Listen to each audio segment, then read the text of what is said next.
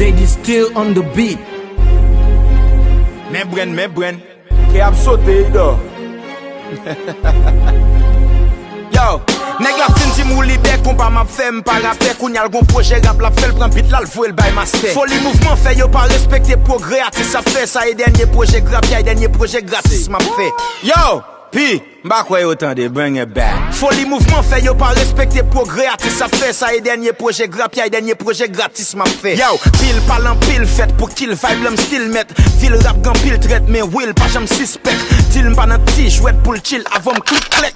Puis on parle nan biscuit tout si boy nan bif. Façon de voir pop jeune 2-3 grands moun sans tant qu'à prendre mam. Action chaque fois dit sentiment dit chon kon bat maman. Pas bon blague my friend je sais pas kon goût poisson à banane. Ça son rap challenge c'est pas kon ko garçon qu'à prendre langue. OK, so pour qui ça chichi ça gen micro nan mel. Dil pour ti petit ça pose pas même niveau pramel. Game c'est cap toujours sans honte toujours sans sentiment. Même sous ta wel gen Richie ak ne pipo nan el. Bref, connaissez folie intellectuelle. Pas noter bay sous ça de la palote qui intel.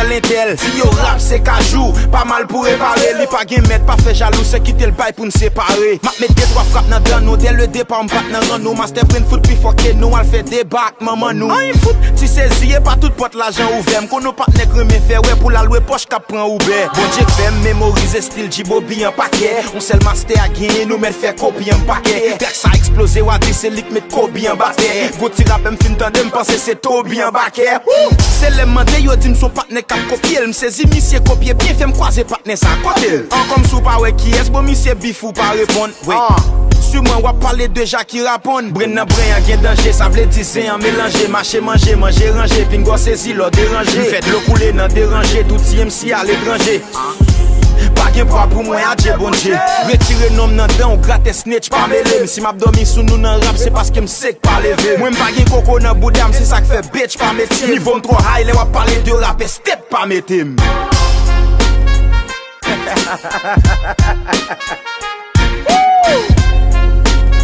Yeah. Yo tout bif, moi mais répondre yo pas vaut la peine. I'm rap challenge, au revoir mesdames à la prochaine.